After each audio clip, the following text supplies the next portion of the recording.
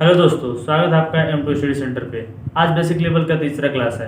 आज मैं आप लोगों को प्रॉपर्टीज ऑफ जीरो मतलब शून्य के गुण के बारे में बताऊंगा। कि सबसे पहले हम लोग देखते हैं कि अगर किसी संख्या में या किसी नंबर में, मान लीजिए कोई नंबर है, मान लीजिए 5 में अगर जीरो को प्लस किया जाता है, किसी भी नंबर में अगर जीरो जुड़ता है तो वो 5 ही रहता है, ठीक है ना। या तो फिर अगर जीरो में मान लीजिए 10 जुड़ा तो वो 10 ही रहेगा।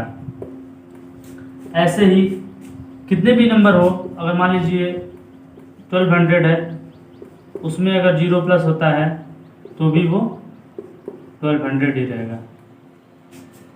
मतलब जितना हम लोग का रहेगा, अगर उसमें जीरो जुड़ेगा तो उतना ही नंबर रहेगा जितना कि जिसमें वो जीरो जुड़ेगा। उस पर कोई मतलब उसके वैल्यू पे कोई प्रभाव नहीं पड़ेगा कभी भी।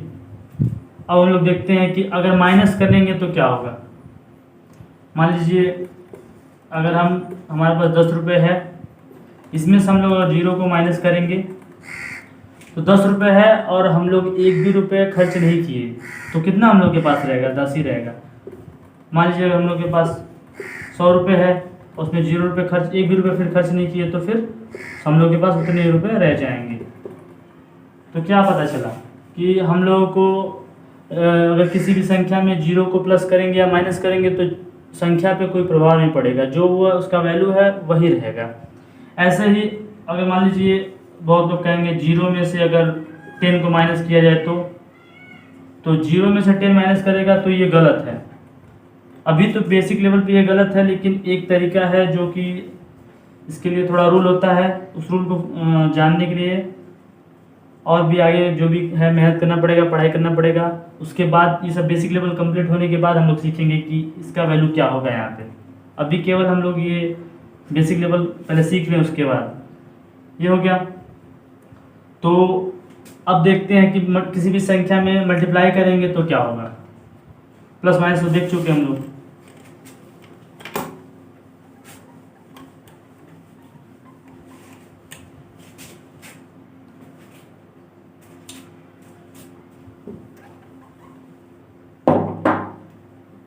अगर हम लोग किसी संख्या में या किसी नंबर में जीरो का मल्टीप्लाई करते हैं तो वो संख्या जीरो हो जाता है। मतलब जीरो से जो टकराएगा वो जीरो बन जाएगा। मान लीजिए हम लोग अब दूसरा वाला देखिए, इसमें हम लोग अगर 4000 में या 4000 रुपये में अगर जीरो का मल्टीप्लाई करें तो क्या ये जीरो हो जाएगा। ऐसे ही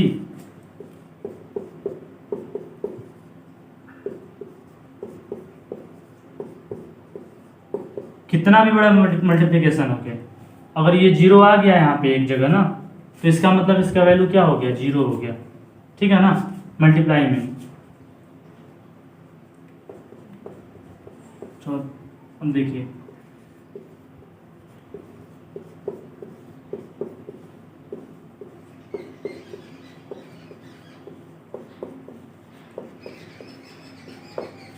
एक जीरो यहाँ पे, एक जीरो यहाँ पे, कितना भी जीरो, अगर एक जीरो अगर आ गया, अगर मान लीजिए ये जीरो अगर 9 है, फिर भी इसका वैल्यू जीरो ही होगा, ये होगा।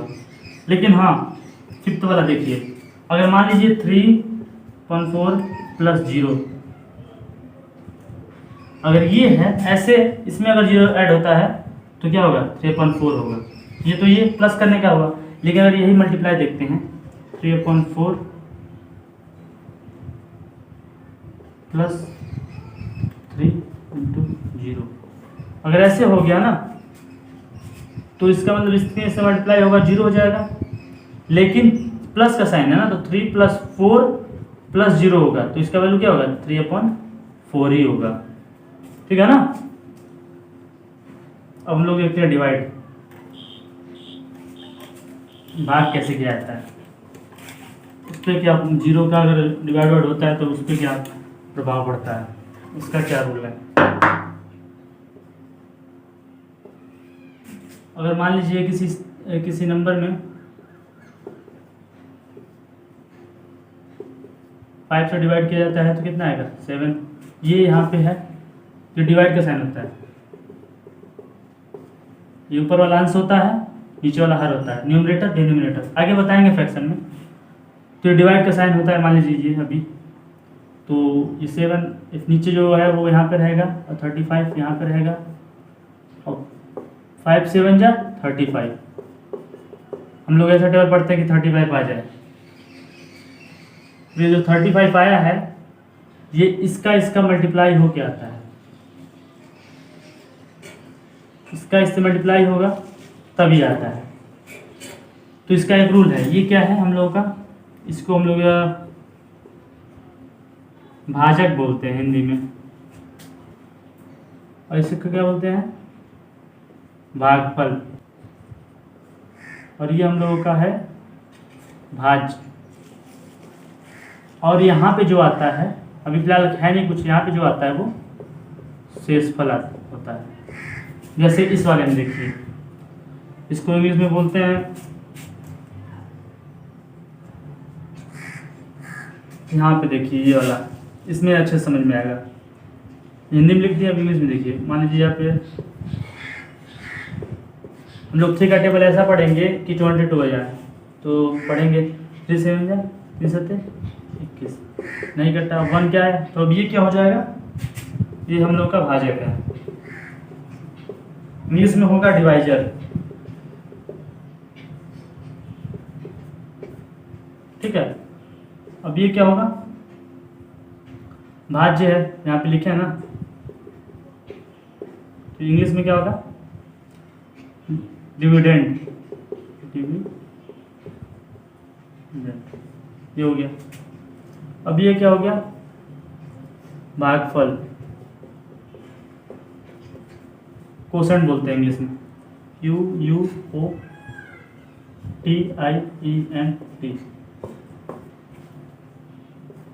और ये क्या है, शेषफल है हम लोगों का, रिमाइंडर होता है। ये हुआ, इसका रूल होता है डिवाइड। अगर ये चेक करना है कि सही है या गलत, तो इसका इससे मल्टीप्लाई करिए, जो शेषफल है उसको जोड़ दीजिए, ये आ जाएगा हम लोग का भाज्य जो है, डिविडेंड है जो, वो आ जाएगा। देखिए कैसे हम लोग देखते हैं, इसका फॉर्मूला होता है कि भाज्य बराबर भाजक गुणे भागफल धन शेषफल। वैसे इंग्लिश में हो जाएगा ये dividend equals to divisor into quotient plus remainder. तो देखिए यहाँ पे भाज्य हम लोग का क्या है, 22 है, ठीक है ना। यहाँ पे लिख देते हैं भाजक क्या हम लोग का 3 है, 3 इंटू भागफल क्या है 7, 7 आया, 7 लिख दिए, 7 लिख दिए। शेषफल क्या है +1, 3 से 21, 21 में प्लस होगा तो 22 आ गया ना। भाज्य के साइड में 22 आ गया और इस साइड भी 22 आ गया। तो ये है फार्मूला। लेकिन हम लोग अब देखते हैं, ये तो डिवाइड करने से पहले ये रूल जानना जरूरी था। अब हम लोग देखते हैं जीरो अगर किसी संख्या में डिवाइड करेंगे तो उससे क्या होगा, या तो किसी संख्या में 0 से डिवाइड करेंगे या 0 से किसी में डिवाइड करेंगे। पहला है 0 का अगर मान लीजिए किसी संख्या में डिवाइड होता है ना, तो इसका वैल्यू 0 आता है, ठीक है। अगर ये ऐसे लिख सकते हैं, यहाँ पे बताते हैं, यहाँ पे देखिए 0/5, 5 मतलब 0 में किसी संख्या से भाग देंगे तो उसका वैल्यू, उसका आंसर क्या है 0 आ जाएगा। और दूसरा ये समझिए, अगर मान लीजिए इसका अगर हम लोग चेंज करते हैं, अगर 5 में हम लोग 0 का, अब 5 में 0 से भाग देंगे तब इसका वैल्यू जो होगा ना इनफाइनाइट होगा, अनंत हो जाएगा। इसका क्या हो जाएगा, इनफाइनाइट, अनंत हो जाएगा। अब वो कैसे मैं बता रहा हूँ, मान लीजिए ये है, अब इसका क्या होगा 5/0, नीचे 0 नहीं होना चाहिए, नीचे 0 आया तो इसका मतलब इनफाइनाइट, अनंत हो गया। अब पहला हम लोग देखते हैं, फिर दूसरा देखते हैं। पहला हम क्या है, मान लीजिए अगर हम लोग 0 यहाँ पे लिखते हैं और 5 से हम लोग डिवाइड करते हैं, ठीक है। हम लोग को पता है कि इसका यहाँ पे जो रहेगा मल्टीप्लाई होगा, तो ये आ जाता है तो अब सबसे अच्छा, अगर आप किसी नंबर में हम लोग अगर किसी को जीरो बनाएंगे तो किसी भी नंबर से अगर हम लोग जीरो का मल्टीप्लाई करते हैं तो वो संख्या क्या हो जाता है, जीरो हो जाता है। तो यहाँ पे तो जीरो से अगर हम मल्टीप्लाई इसका करते हैं 5 जीरो जीरो कट जाएगा, ये हो गया ना जीरो, इसका आंसर। ऐसे ही मान लीजिए अगर 10 से जीरो मल्टीप्लाई करेंगे, अगर ऐसे रहा 10 का भाग अगर जीरो में देंगे तो 10 का भाग अगर जीरो में देंगे तो कैसे होगा। मान लीजिए अगर यहाँ पे हम लोग जीरो से मल्टीप्लाई कर दें तो यहाँ पे क्या है, जीरो आ गया ना, आ गया ना, इसका मल्टीप्लाई होगा। तो अब यहाँ पे देखिए, ऐसे अगर ये नहीं समझ में आ रहा तो उसको देखिए, 2 का टेबल ऐसा पढ़ते हैं 6 आ जाए, कितने बार में, 3 टाइम में 6 आता है, तो उड़ के थोड़ी ये 6 आता है, इसका मल्टीप्लाई क्यों होता है, तो वैसे यहाँ पे मल्टीप्लाई जीरो होगा ना, वही चीज़ है। पहला आपको समझ में आ गया होगा ये वाला। अब दूसरा बताते हैं,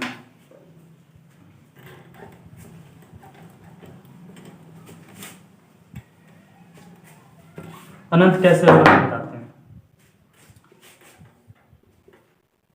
अब ये है 5 में क्या, जीरो से डिवाइड करना है, ठीक है ना। अब 5 बीच में आ गया। इनफाइनाइट कैसे होता है मैं बता रहा हूँ। मान लीजिए अगर हम लोग यहाँ पे 200, मान लीजिए हम लोग अगर छोटा संख्या, मान लीजिए 2 से अगर हम डिवाइड करते हैं तो 2 जीरो है, जीरो का पढ़ा हम लोग 2 टाइम पढ़ेंगे तो जीरो भी होगा। अरे जीरो का टेबल 2 बार पढ़े या जीरो का टेबल 3 बार पढ़े, कितना आएगा, जीरो ही आएगा। तो ऐसे ही जीरो का टेबल 2 टाइम पढ़ेंगे तब भी जीरो, फिर 5 आया, 5 में जीरो माइनस होगा। तो ऐसे ही हम लोग अगर मान फिर 5 टाइम पढ़ते हैं तो फिर जीरो आएगा, फिर 5 आएगा, आया ना। अरे यहाँ पे हम लोग यार, यहाँ पे अगर हम लोग 1000 भी लिख देंगे ना, 1000 का जीरो मल्टीप्लाई होगा तो भी जीरो हो जाएगा, फिर 5 आएगा। तो ये तो 5 आता ही रह जाएगा, कोई मतलब ही नहीं है। तो इसीलिए इनफाइनाइट है, सुबह से लेकर शाम तक हो जाएगा, तो इसीलिए इनफाइनाइट है।